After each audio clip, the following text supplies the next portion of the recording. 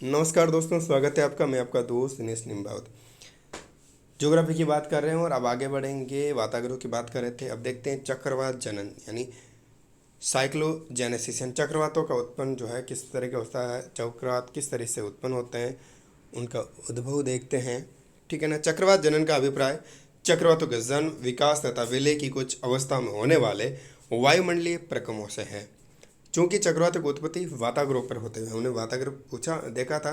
ठीक है, देखा था, समझा था वाताग्र को। अब देखते हैं। अतः वाताग्र जनन तथा चक्रवात जनन को एक ही अर्थों में लिया जाता है। ऋतु विज्ञान के वर्जन संप्रदाय ने शीतोष्ण चक्रवातों की उत्पत्ति, संबंधित मौसम की व्याख्या वाताग्र लहर सिद्धांत द्वारा की। वर्जन ने, जो वर्जन संप्रदाय था, उसने कौन सा सिद्धांत दिया? जो है शीतोष्ण चक्रवातों की उत्पत्ति को लेकर कहा। ये वाताग्र लहर सिद्धांत द्वारा इसकी व्याख्या की थी। किसकी? शीतोष्ण चक्रवातों की। नॉर्वे के ऋतु वैज्ञानिक थे पिता और पुत्र बर्कनीज ने इस सिद्धांत का प्रतिपादन किया था। ब्रिटिश सर्विस ने प्रथम ऋतु मानचित्र 1934 में वाताग्र लहरों को प्रदर्शित किया था। हॉरविट्स 1941 एवं पैटरसन ने वाताग्र लहर सिद्धांत को एक मान्य सिद्धांत के रूप में प्रतिष्ठित किया। नेमियास 1940, बायर्स 1959, बिलेट एवं सैंडर्स ने चक्रवातों एवं जेट धाराओं के संबंधों को प्रमाणित किया। ठीक है, अगली है वाताग्र लहर की बात कर रहे हैं। वाताग्र लहर दो वायुराशियों के बीच वाताग्रों की आकृति एक लहर की भांति होती हैं। वायुमंडल की वाताग्र लहरें अस्थायी होती हैं, वे अकस्मात बनती हैं, विकसित होती हैं तथा आगे बढ़ते हुए नष्ट हो जाती हैं। धरातलीय वायु में वाताग्र लहरों का क्षैतिज एवं लंबवत विन्यास उच्च वायुमंडल की दशाओं से नियंत्रित होता है। इन लहरों के द्वारा निर्मित गर्त चक्र को वाताग्र जन्य चक्र कहते हैं।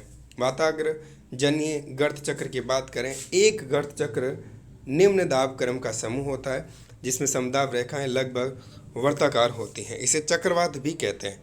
वैसे साइक्लोन शब्द का प्रयोग उष्णकटिबंधीय गर्त चक्र के लिए अधिक उचित है। इसे निम्न दाब क्रम या वाताग्र लहर की भंवर भी कहते हैं। मध्य अक्षांशों में निम्न दाब क्रम अभिसरण प्रदेशों में स्थित होते हैं, जहाँ ध्रुवीय तथा उष्णकटिबंधीय वायु राशियाँ परस्पर मिलकर विशाल वाताग्र लहर बनाती है। वाताग्र लहर का शिखर प्राय गर्त चक्र का केंद्र होता है। गर्म वायु चारों ओर से ठंडी वायु से घिरी रहती है तथा ऊपर की ओर उठने की क्या करती है? कोशिश करती है। गर्म व ठंडी वायु राशियों के वाताग्र जब लहर का रूप धारण कर लेते हैं, ठीक है ना, गर्म वायु राशि जो ठंडी वायु राशि क्या होती है? घिरी रहती है। जब ये एक दूसरे से जब ये रूप धारण कर लेती है, वाताग्र जब बन जाता है तो एक किस तरीके से क्या हो जाता है? एक रूप धारण कर लेते हैं वाताग्र का, लहर का। ठीक है ना।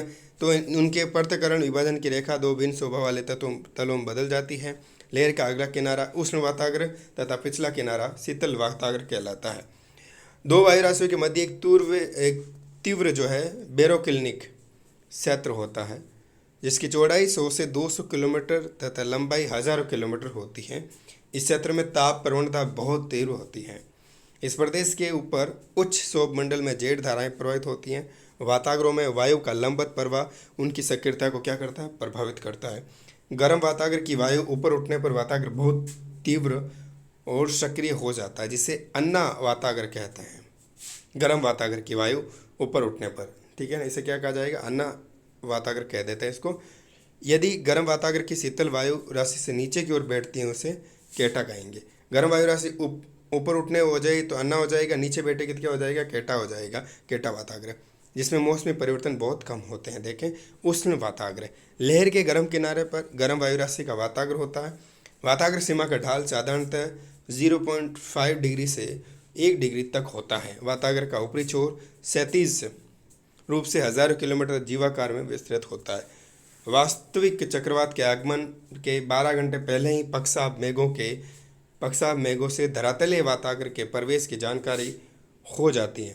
अनारगम वाताग्र से जो है गर्म वायु ऊपर उठती है तथा अनेक परतों वाले बादल बनते हैं जो क्रमश से घने होते हैं और वर्षा कराते हैं। वाताग्र का तल जैसे ही धरातल को छूता है तो वर्षा बंद हो जाती है। क्रमश से क्या हो जाती है? फिर उसके बाद क्या बढ़ेगी? गर्मी बढ़ जाती है, वायुदाब कम हो जाता है तथा आकाश में कपासी पर्तिले मेघों की पतली परत छा जाती है। ठीक है ना।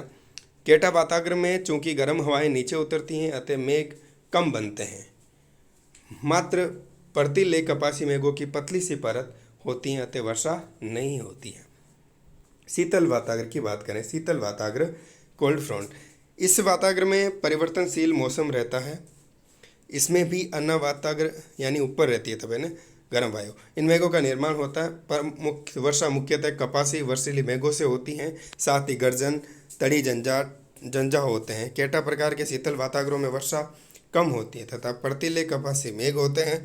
शीतल वाताग्रों का ढाल 2 डिग्री या अधिक होता है। अन्य प्रकार के वाताग्रों में मौसम कुछ ही घंटों में बदल जाता है, जबकि केटा प्रकार के शीत वाताग्रों में परिवर्तन धीमे होते हैं।